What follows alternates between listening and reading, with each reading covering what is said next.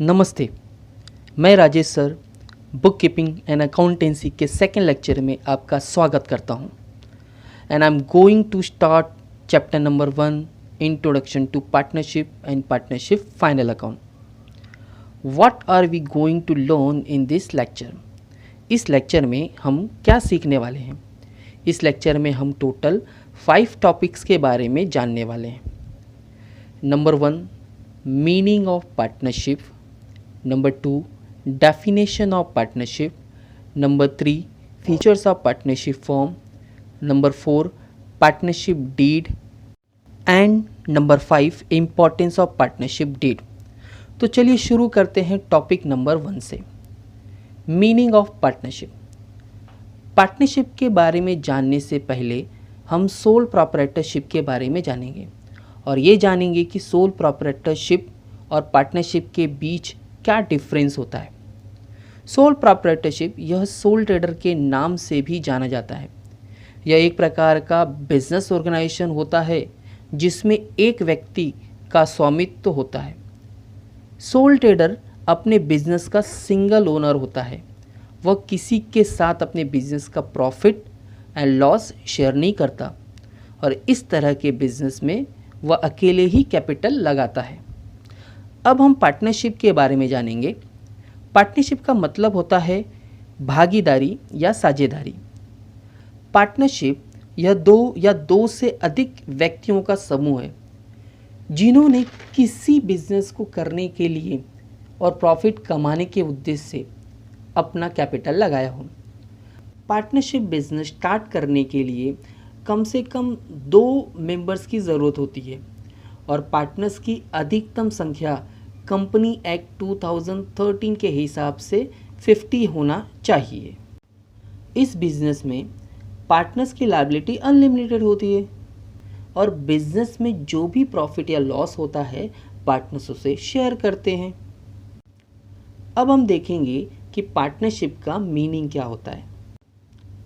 A partnership is a form of business where 2 or more people share ownership as well as the responsibility for managing the company and the income or losses the business generates. Already मैंने इसे explain किया है कि partnership business का एक ऐसा रूप होता है जिसमें 2 या 2 से ज़्यादा लोग ओनरशिप शेयर करते हैं और बिजनेस को सुचारू रूप से चलाने और बिजनेस में जनरेट हुए इनकम या लॉस के लिए जिम्मेदार होते हैं।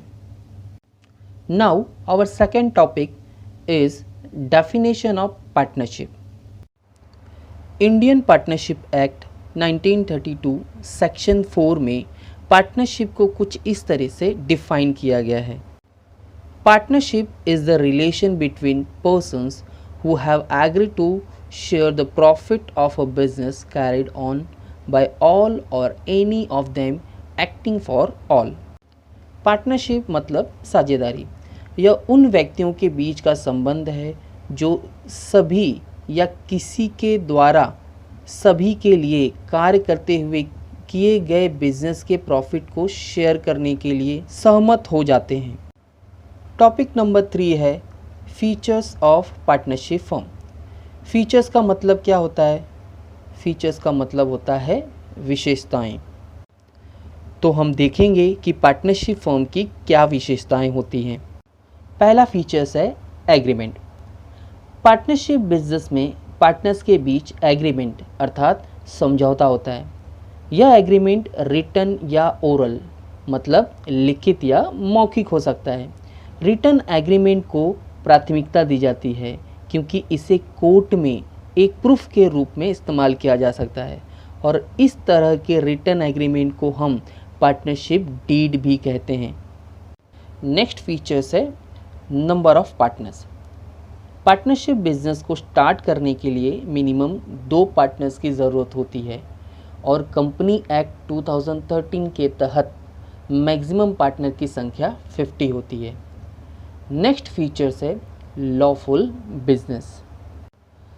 पार्टनरशिप के द्वारा किया गया बिजनेस लॉफुल बिजनेस होना चाहिए। कोई भी स्टेट इलीगल बिजनेस को परमिशन नहीं देता है। नेक्स्ट फीचर्स है sharing of profit and losses. Partnership का मेन पर्पस होता है मैक्सिमम प्रॉफिट अर्न करना, और जो भी प्रॉफिट्स और लॉसेस बिजनेस में होते हैं वह सब पार्टनर्स आपस में शेयर करते हैं। अगर एग्रीमेंट में शेयरिंग रेशियो दिया है तो पार्टनर्स के जो भी प्रॉफिट एंड लॉसेस होंगे वो उस रेशियो में शेयर करेंगे। अगर एग्रीमेंट में प्रॉफिट एंड लॉसेस के लिए रेशियो नहीं दिया है तो पार्टनर्स उस प्रॉफिट एंड लॉसेस को इक्वली शेयर करेंगे। नेक्स्ट फीचर्स है अनलिमिटेड लायबिलिटी। पार्टनर्स की लायबिलिटी अनलिमिटेड होती है।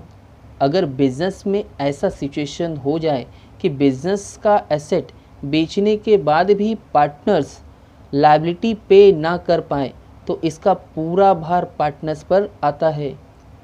उनको अपना पर्सनल प्रॉपर्टी बेचकर बिजनेस का कर्जा चुकाना पड़ता है, इसलिए पार्टनर की लायबिलिटी अनलिमिटेड होती है। नेक्स्ट फीचर्स है रजिस्ट्रेशन। पूरे इंडिया में सिर्फ महाराष्ट्र स्टेट में 1 अप्रैल 2005 से पार्टनरशिप फर्म का रजिस्ट्रेशन करना कंपलसरी है। बाकी स्टेट में पार्टनरशिप फर्म का रजिस्ट्रेशन ऑप्शनल है। मतलब बाकी स्टेट में अगर कोई पार्टनरशिप फर्म रजिस्ट्रेशन कराना चाहता है तो करा सकता है। नेक्स्ट फीचर्स है joint ownership and management.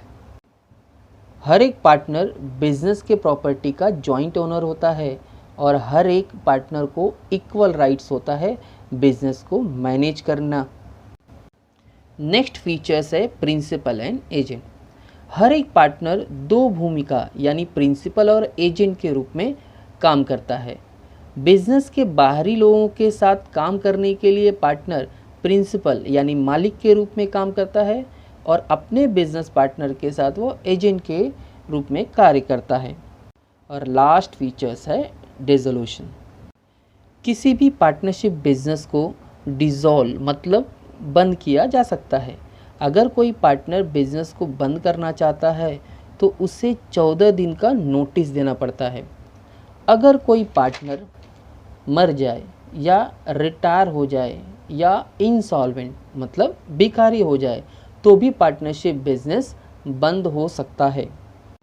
Topic number 4 है partnership deed. Partnership deed partners के बीच एक रिटन एग्रीमेंट होता है और उसमें वो सारे टर्म्स और कंडीशन होते हैं जिसे सभी पार्टनर्स स्वीकार करते हैं। इस लेक्चर का लास्ट टॉपिक है number 5 importance of partnership deed. Partnership deed के बारे में मैंने ऑलरेडी एक्सप्लेन किया है, लेकिन पार्टनरशिप डीड क्यों इम्पॉर्टेंट होता है उसके बारे में हम देखेंगे।